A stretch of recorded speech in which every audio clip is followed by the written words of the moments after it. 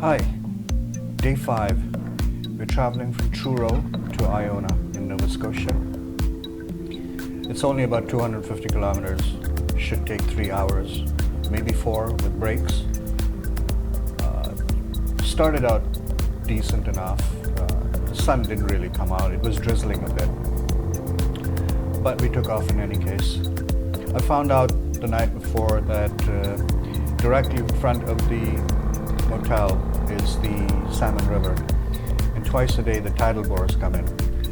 That is when the tide comes in and pushes the river waters back. It's supposed to be quite the sight, but I couldn't stay till 1 o'clock when it was next coming in with the tide.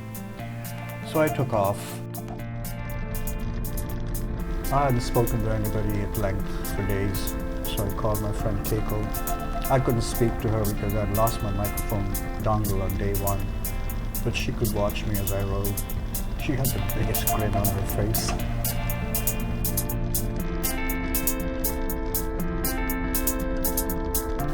So beautiful, so beautiful.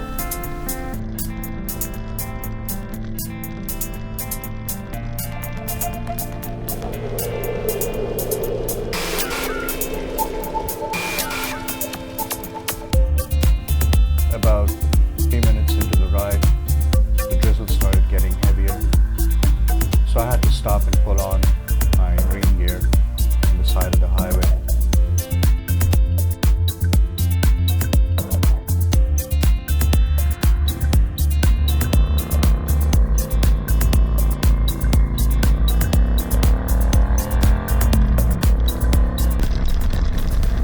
And a few minutes later, this happens. I'm going to leave the original audio on for you to hear what it sounds like, what it feels like when you're moving at 100 kilometers per hour and the rain's coming down in sheets. And there are trucks roaring past you, spraying you.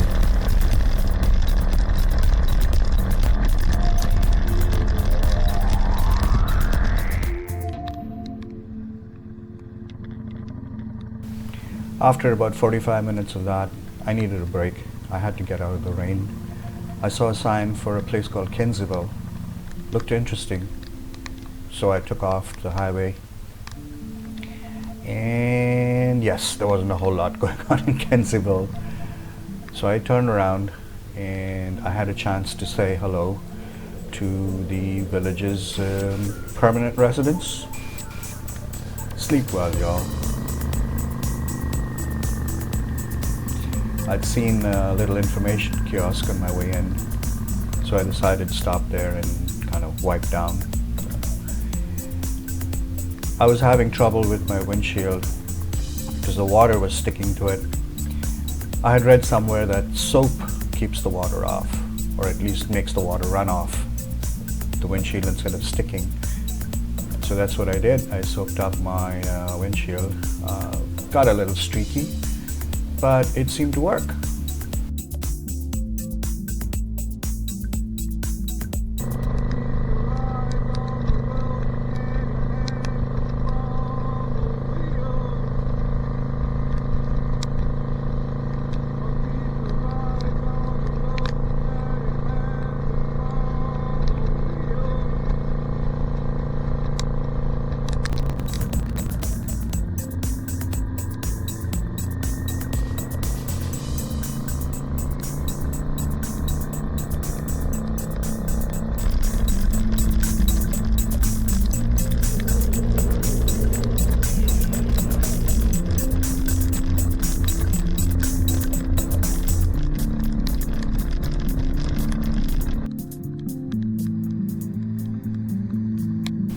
I got as far as Antigonish and I had to stop again to dry up and take stock, look at the map again, and yeah, it didn't look good at all.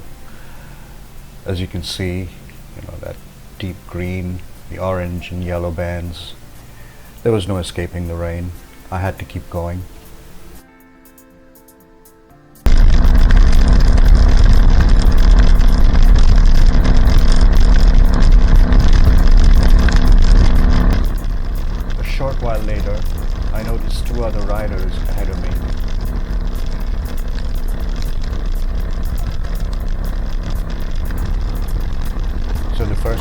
got, I overtook the car ahead of me and I pulled up behind them.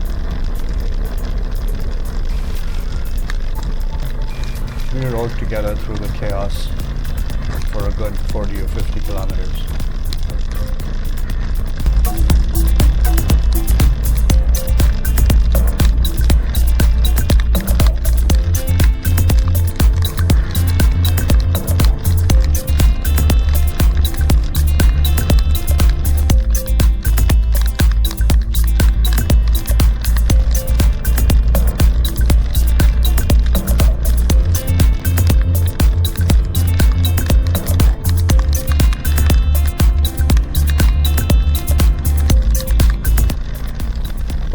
To Port Hastings, they turned off at a restaurant, but I kept going. Keep going, don't stop.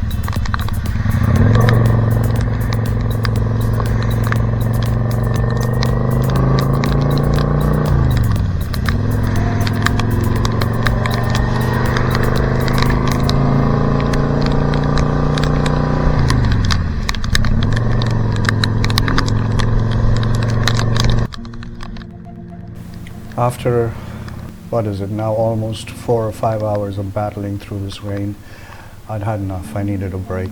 I was hungry, tired, wet, so I decided to pull into this A&W restaurant and try and warm up, get some food, and then continue.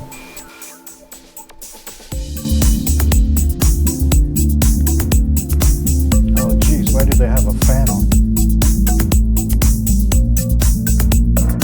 About an hour and a half later, I checked into the Iona Heights Inn. This place was recommended by my friend Shiva and Tara. Beautiful, beautiful spot. Thank you guys. Look at that. Looks like somebody pasted cotton balls onto the sky.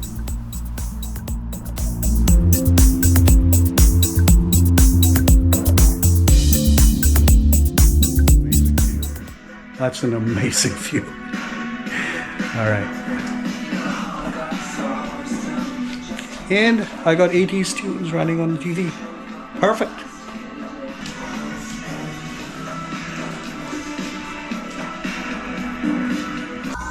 One of the first things I do after I arrive where I'm staying that night is to copy over all the video footage onto my backup drives.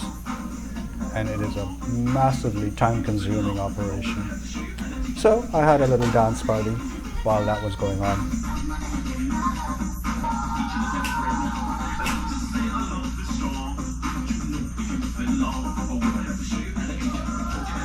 Hi.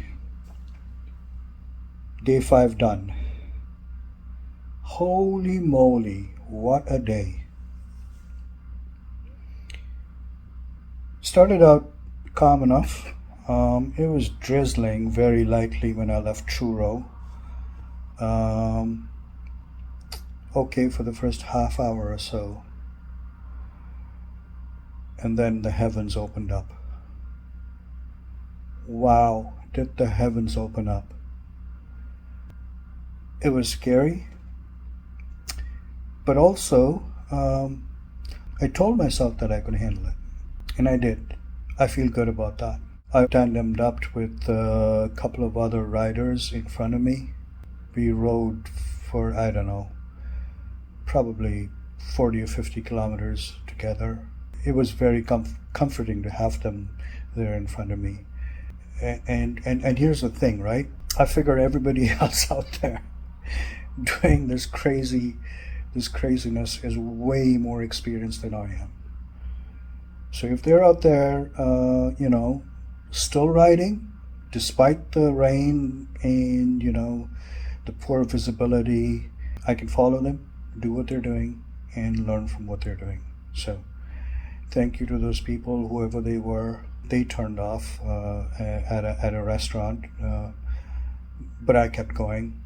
I went over the little land bridge into Cape Breton, and then took a wrong turn, and then I ended up at another restaurant. I just decided to stop and get myself something to eat, because I didn't eat much when I left Truro in the morning, It was now almost 2, it was now close to 2 o'clock.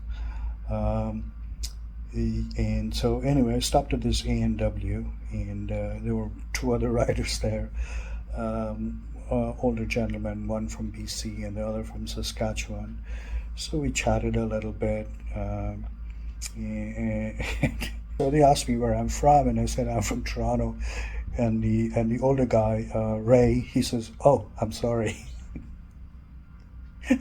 5 minutes later, Dave, who works at the A&W, he's a writer too, turned around and asked me, "Where are you from?" And I said, "Toronto." And Dave goes, "Oh, I'm sorry." Come on.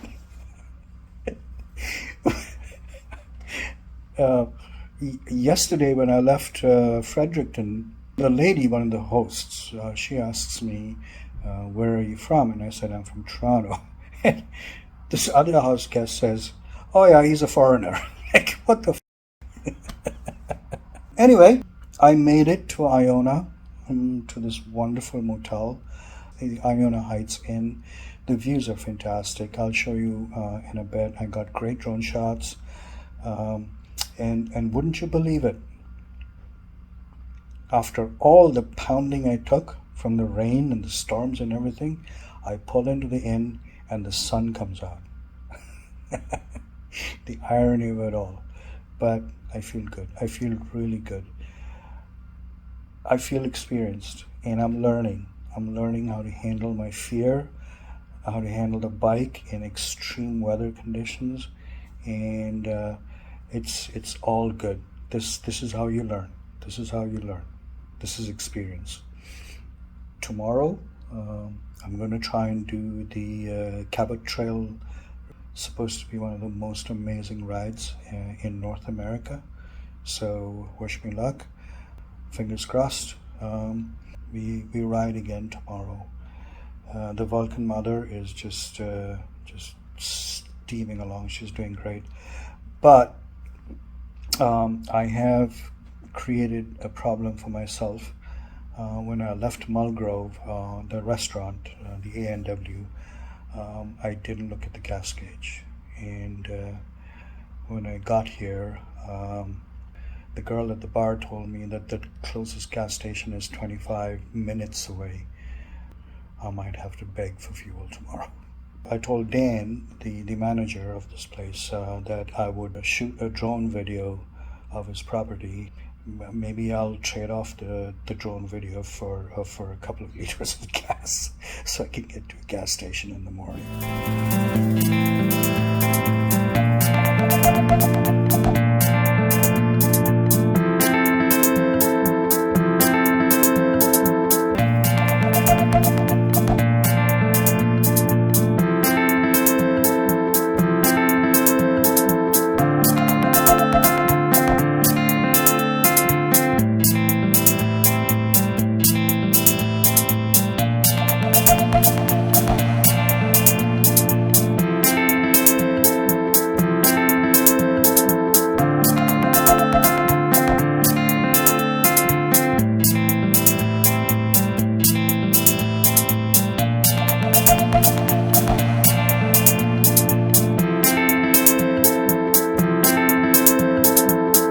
So with the sun going down and the fatigue really settling into my bones, it was time to grab some dinner at the restaurant attached to the Iona Inn. The Frolic and Folk, I believe that pub was called.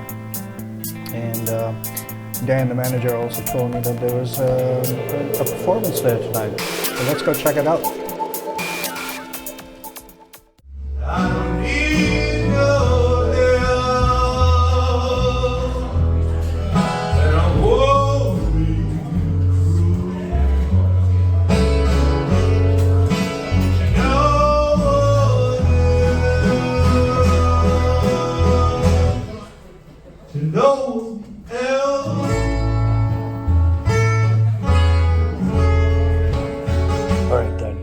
Signing off from Iona Heights Inn in Iona, in Cape Breton, and I'll see you all tomorrow.